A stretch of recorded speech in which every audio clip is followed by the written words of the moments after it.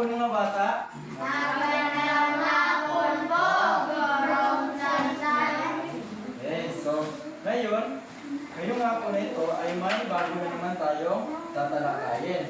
Pero bago muna natin yung tatalakayin, hayaan niyo po akong ipaalam sa inyo ang ating mga alituntunin sa hapon na ito.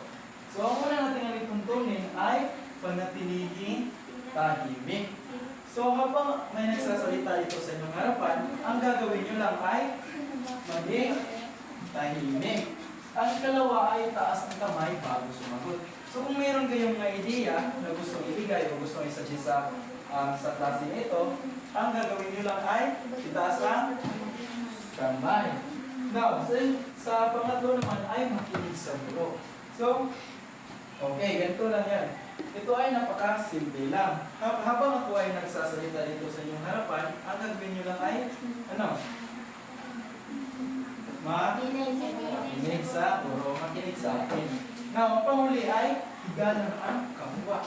So, dapat nyo akong igalang, ganyan din ang mga kaklase nyo. Okay, so nagkakaintindihan na tayo mga bata? Okay. Noong nakaraang linggo, ang ating tinalakay ay ang pananda o tekstong may hudyat na pagkasunod-sunod. So, may sino sa inyo dito nakakaalala sa mga tekstong may hudyat na pagkasunod-sunod? So, okay. Now, ang tekstong pagkasunod-sunod ay ang mga pagkasunod-sunod ng pangyayari. So, halimbawa, dahil ngayon ay panahon na ng bagyo, ano sa tingin nyo ang una nating gagawin bago dumating ang kalamidad? Una, ano ang dapat natin gawin? Makinig sa, ay alamin ang, alamin ang plano ng komunidad sa paglikas. Pagkatapos ay ihanda ang bubag. Ngayon, sige lang.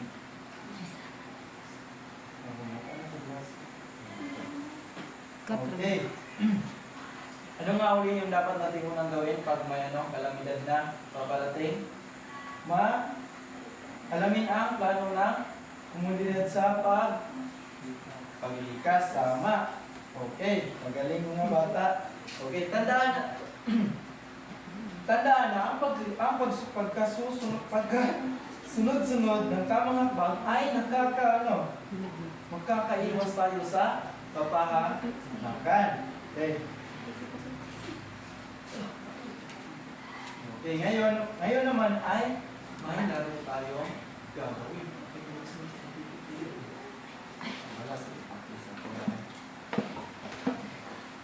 Okay.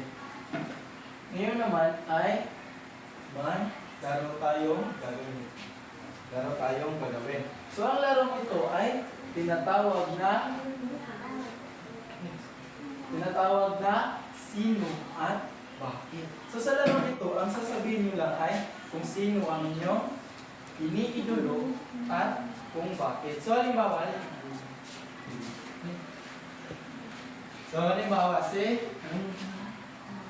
si Gino. So sasabihin niya, kung ako ay mag-iidolo, ang pipiliin ko ay sino yung iniidolo?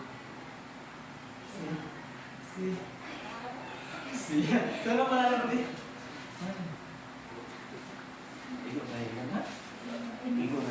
So ang iniidolo niya ay si Ruby. So, okay, for example, ulitin niya. Ang iniidolo ko ay si. Tapos sasabihin nyo ay sino? Sino? Yan sasabihin mo lang kung sino. Si okay, o ganun lang ka. Dali. Okay. Ay, may ba? Tapos sasabihin nyo ay, katapos na sabihin yung pangalan ng kanyang iniidolo, sasabihin nyo naman ay kung bakit. Okay, bakit? Bakit mo siya iniidolo? Kasi maganda si Ruby. Okay, yung iniidolo niya ay si Ruby. Okay, ganun lang. Kadalihan natin. Laro. Sino sa inyo dito ang gustong mauna? Or, sino sa inyo dito ang gustong magbigay ng number? So, tatawag lang natin. Wala. So, ito na yung pipili. Ikaw yung kagali. Halika sa mga. Kagalo tayo dito. Halika sa. So, okay. Kung ako ay may iniidolo, iniidolo, ang pipiliin ko ay siya. Sino? Ano yung dapat ko sabihin? Sino? Okay, so sino? Si Laylay. So si Laylay ang kanyang iniidolo. Kung ano ang ulit yung sasabihin ko dapat? Okay, ano? Ayun. Bakit? Bakit mo iniidolo si Laylay? Okay, dahil maganda si Laylay. Okay, bro. Okay. Si ikaw. Ikaw, ano mo ano eh? Maulo ka. Ika na lang. Okay, ano na lang sasabihin? Kung ako ay iniidolo, ang pipiliin ko ay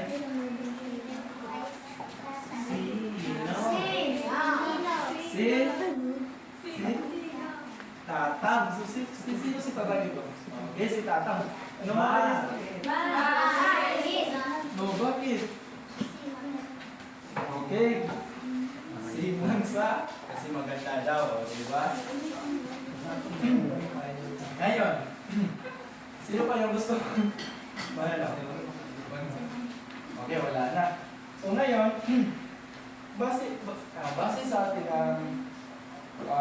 sa ating laro ngayon, anong sa tingin niyo ang ibig sabihin ng iniidolo?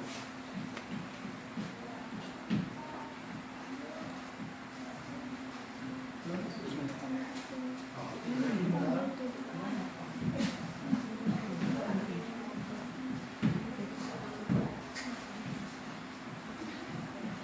Okay. Ano sa tingin niyo ang ibig sabihin ng salitang iniidolo? Okay, ang simpleng salitang iniidolo, ano ang ibig sabihin? Sino sa inyo dito? Okay, ikaw. Tayo ko dito. Paghanga. Okay. Ang ibig sabihin ng, magaling class. Ang ibig sabihin, ang ibig sabihin ng iniidolo ay paghanga. Okay. Ayan, sino nga uli yung mga iniidolo niya? Ikaw, sino ang iniidolo mo? Si Tata.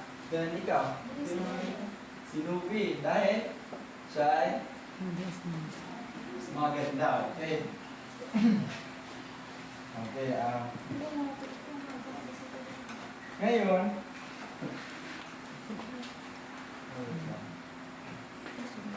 okay, so, ang ibig sabihin ng iniidolo ay paghanga. So ngayon, may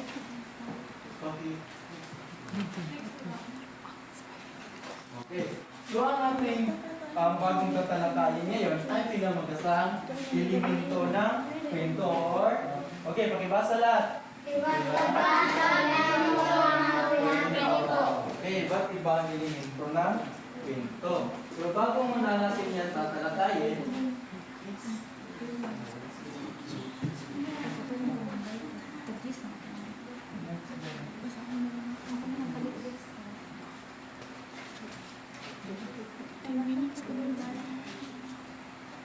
okay, so bago muna natin tatalakayin ang iba't ibang elemento ng kwento, ay may babasahin tayo kwento sa iniidolo ni Beatrice. Pero bago muna yan, ang gagawin muna natin ngayon ay ibigay ang kahulugan ng mga salitang nasa salubunitan o may ibang kulay. Okay. Okay. Pakibasa. Okay, lahat pakibasa. May tungkulin ang bawat emosyon ng klase, pananagutan at kapatanan sa mga po. Okay. Ano sa tingin nyo ang ibig sabihin ng tungkulin? Pananagutan, karapatan o trabaho? Oh, ikaw, ano sa tingin mo ang ibig sabihin ng salitang tungkulin? Pananagutan ba ito, karapatan o trabaho? Okay lang, kahit ano. Pananagutan. Other hands. Other hands. Ay, so, okay. Pagi, so, ang ibig sabihin ng tungkulin ay trabaho. So, ang ibig sabihin ng tungkulin, katulad ng may tungkulin ng bawat opisyal ng klase ay trabaho. So, okay, ang tungkulin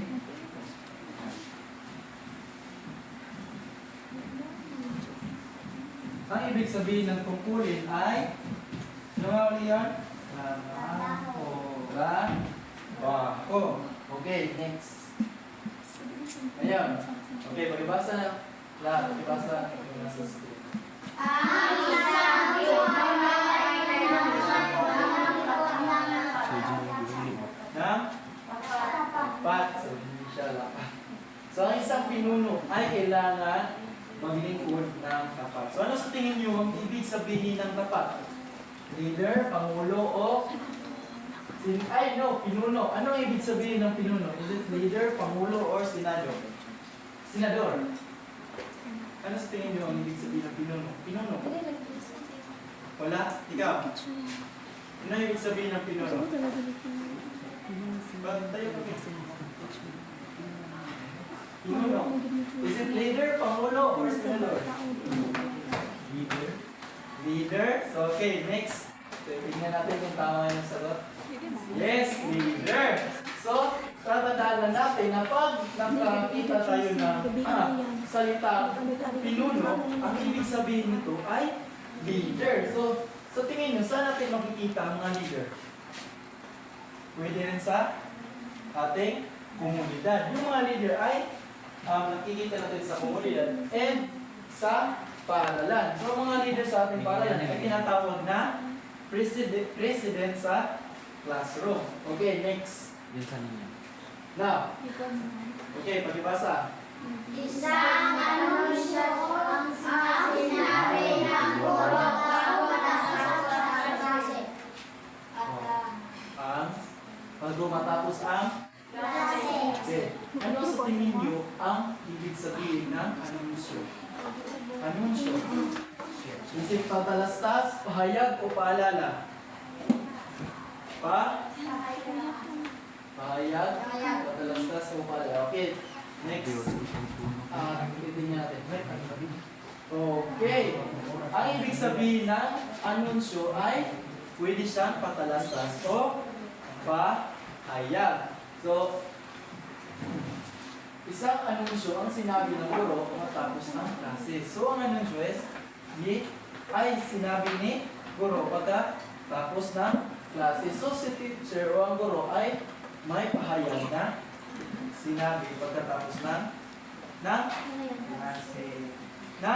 Okay, everybody. Klase, okay. So, tatandaan nyo to kasi makikita natin to sa ating babasahing kwento ngayong hapon. Okay? Please. So, si Beatrice ang piniling leader ng klase. So, ano ang ibig sabihin ng piniling? Piniling o pinili? So, sino sa inyo? Ikaw? Ano ang ibig sabihin ng pinili? Ano? Paborito? Pwede? Okay, other hands. Sino pa? Ikaw? Ini halal. So, pwede rin. Okay, please. Next slide. Okay. So, ang ibig sabihin, okay rin. So, palapakan natin ng mga bata. So, si Beatrice ang piniling leader ng klase. So, ibig sabihin ng piniling or pinili. And singular lang.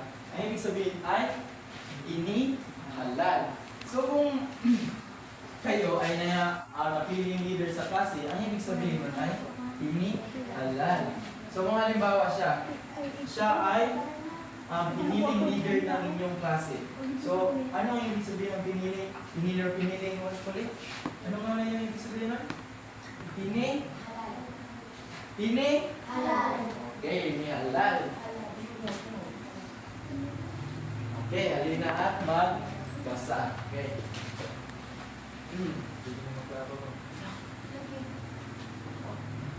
Next go. Balik. Balik, balik.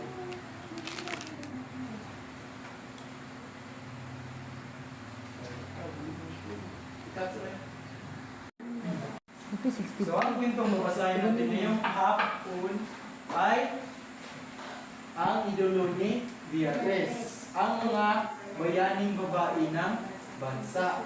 Okay. So, ano nga ba ito? Okay. Pero alam mo bang, alam mo bang pagpapare ang talagang gusto ni, ay ng mama ni Apolinario Mabini para sa kanya? Sabi ng iba, gusto ni Apolinario na maglingkod sa kapwa Pilipino, kaya abogasyon ang pinili niya. Okay. At pigilan ang nanay ni Beatrice sa pagkukwento at bigla ito inubo. Grabe pala mama. Di mapigilan ni Beatrice ang paghanga. Pero paano kaya siya naging utak ng himagsikan? Sabi ni Beatrice. Utak, ibig sabihin ang dami niya, naiisip. Naging class officer din kaya siya nung bata, napangiti si Beatrice na iniisip. So yun ang iniisip ni Beatrice. Okay, next. Okay. Naging membro si Apolinario ng La Liga Pilipina. Nagsulong ang La Liga Pilipina ng mga batas at patakaran para sa ikabubuti ng bayan. Habang nagpapaliwanag si Binibining Cabeles, biglang tumunog ang kampana. So, bago maghiwalay, nagbilin ang guro. Kayo. Okay, kayo. Kaya anong patakaran ang isusulong ninyo sa ating klase? Sabi ni Binibining Cabeles. Then, sabi rin niya, huwag kalimutan, malapit na ang butuhan. So, yun ang sinabi ni Binibining Cabeles bago matapos ang klase. Okay, natawa ang buong klase sa hirit ni Binibining Cabeles. Pero si Beatrice, huminga ng malalim. Sa totoo lang, gusto niya maging class officer. Gusto niyang maging bahagi ng grupong naglilingkod sa klase. Next.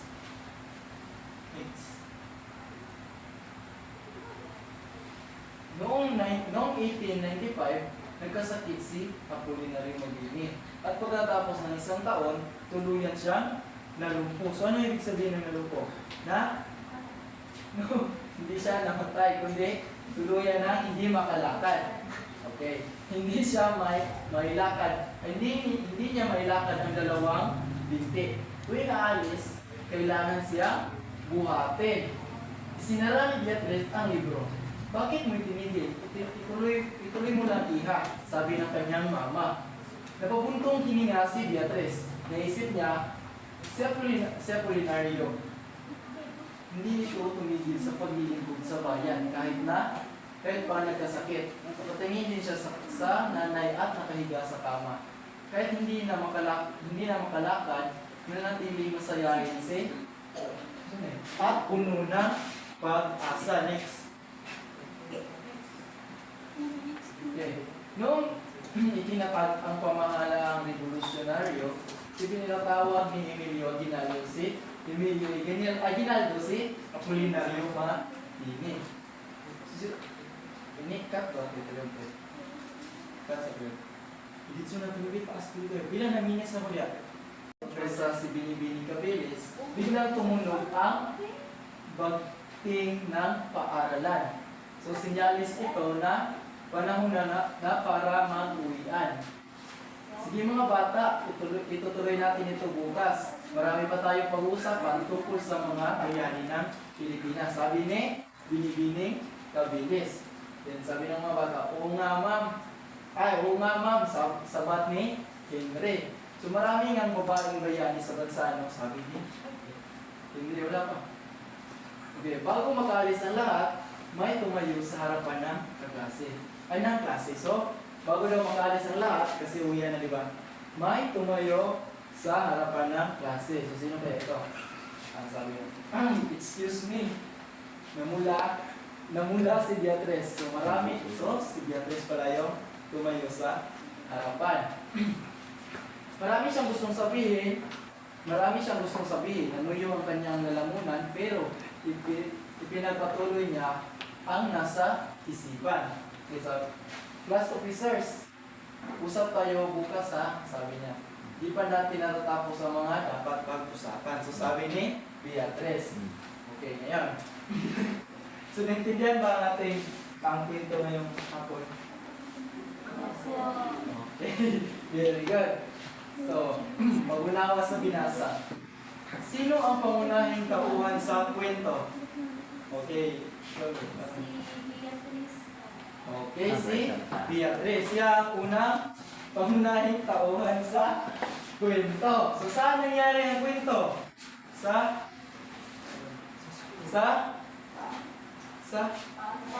paaralan. Okay, tama. Sino ang iniidolo ni Beatrice? Bakit niya ito iniidolo? So, sino ang iniidolo ni Beatrice?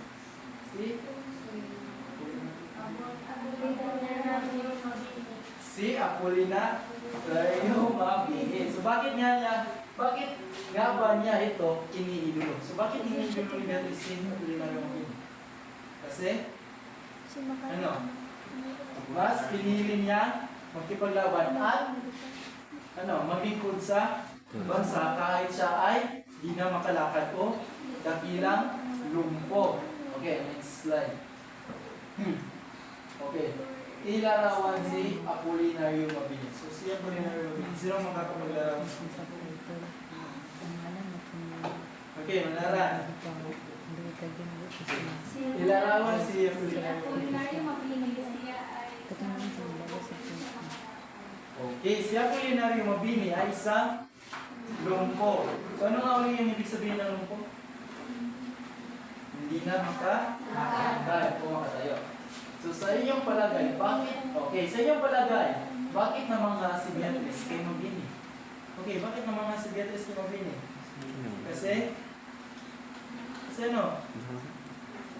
Kasi mas pinili niya pa rin maglingkod sa bansa kahit hindi na siya makalakad. Okay. Ngayon, bilang isang bata, paano mo isasabuhay ang magandang katangian ni Mabini? Okay. Bilang isang bata, kayo, paano nyo maisasabuhay ang magandang katangian ni Mabini? Ano mo maisasabuhay, ha? Ano? Okay, para maisabuhay nyo ang magandang katangian ni Mabini, ay susundin nyo ang kanyang mga gawin na kaya makipaglaban kahit may mga kasalanan na. So, for example, kayo, kung feeling nyo wala na kayong karapatan na makipaglaban para sa inyong sarili, dapat yung isabuhay ang magandang katangian ni Mabini. Okay, next slide. Okay. Ngayon ay may pangkatan tayo gagawin. So, pangkatang gagawin. So, kayo ay aking ipapangkat sa dalawang grupo. Okay. Okay, dito yung group 1 at group 2. Group 1. Group 1 ka ikaw.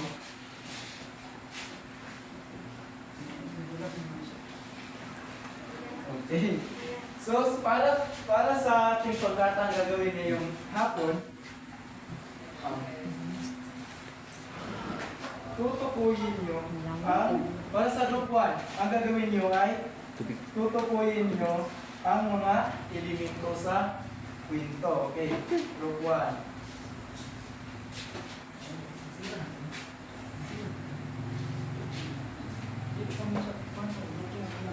Okay, para sa pangalawang pangkat, ang gagawin nyo ay ang pagsunod-sunod ng mga mahalagang pangyayari.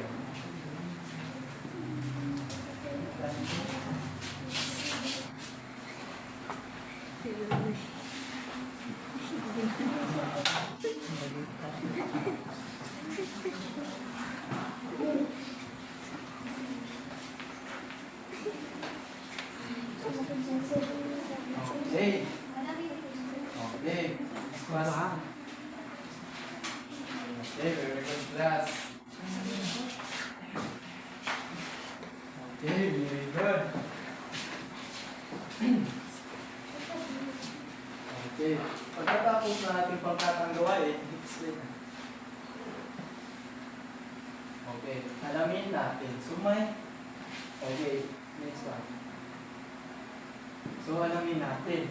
Okay, makibasa yung nasa screen. Ang isang kwento ay binubuo ng iba't ibang elemento na nagtutulungan upang mapalikha ng isang mapahulugang karanasan para sa mambabasa.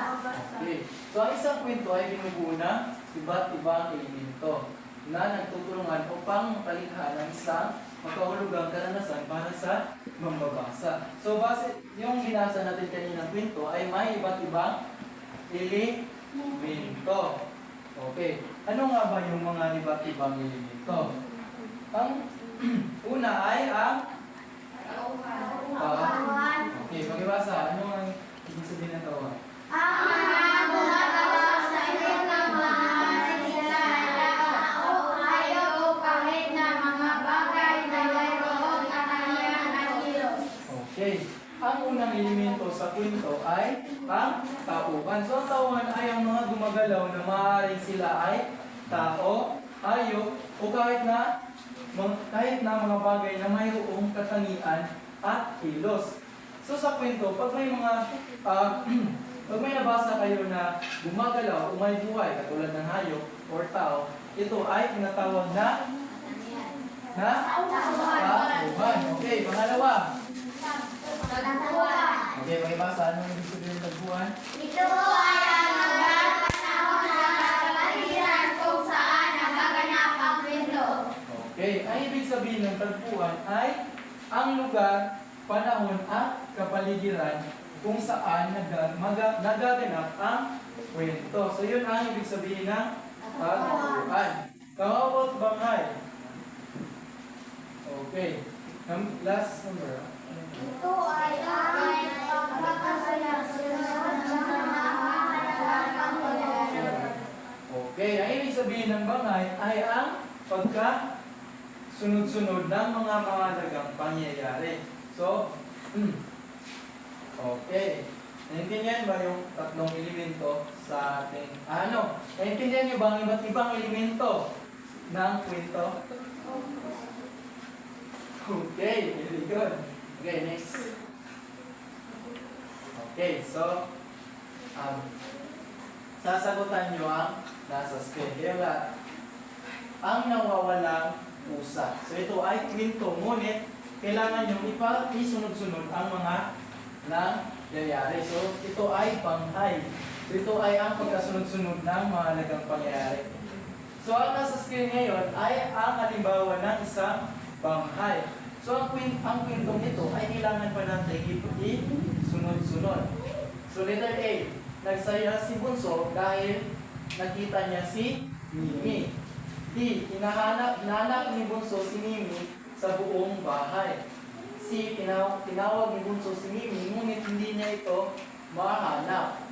D, nakita ni Bunso si Mimi na natutulog sa ilalim ng punong kahoy. E, nag-alala si Bunso dahil nawawala ang kanyang pusa.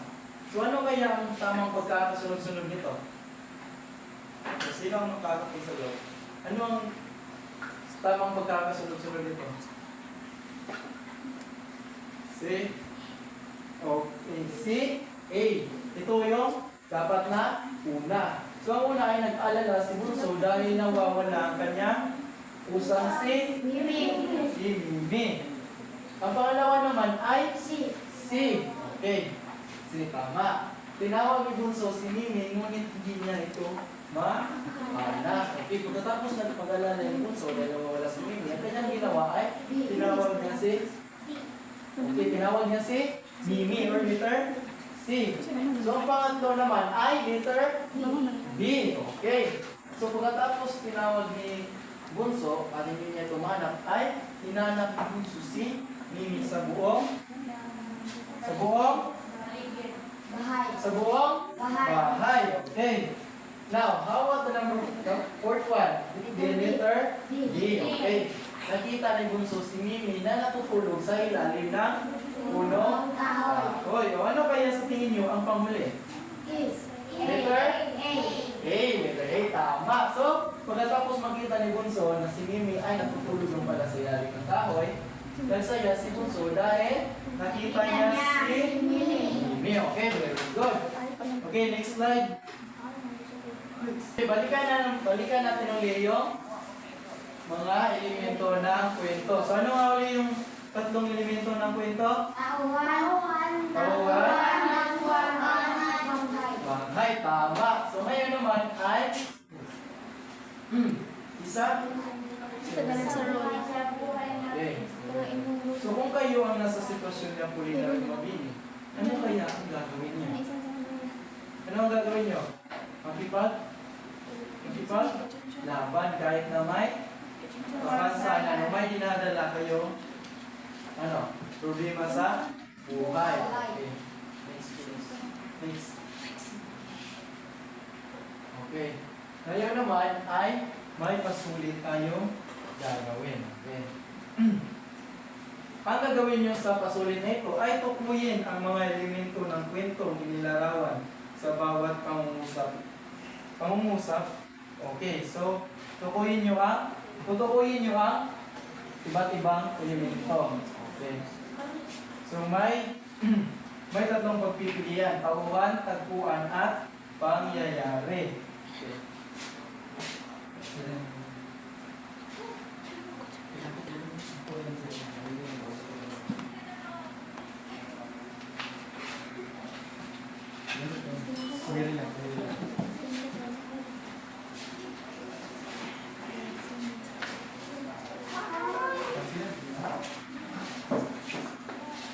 Kamu gitu.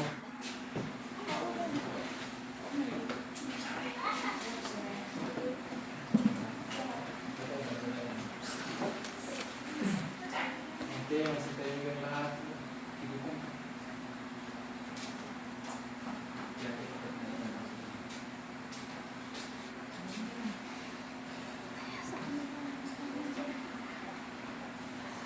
Okay, tapos na ba ang lahat? Okay, pagipasa dito sa harapan. Okay.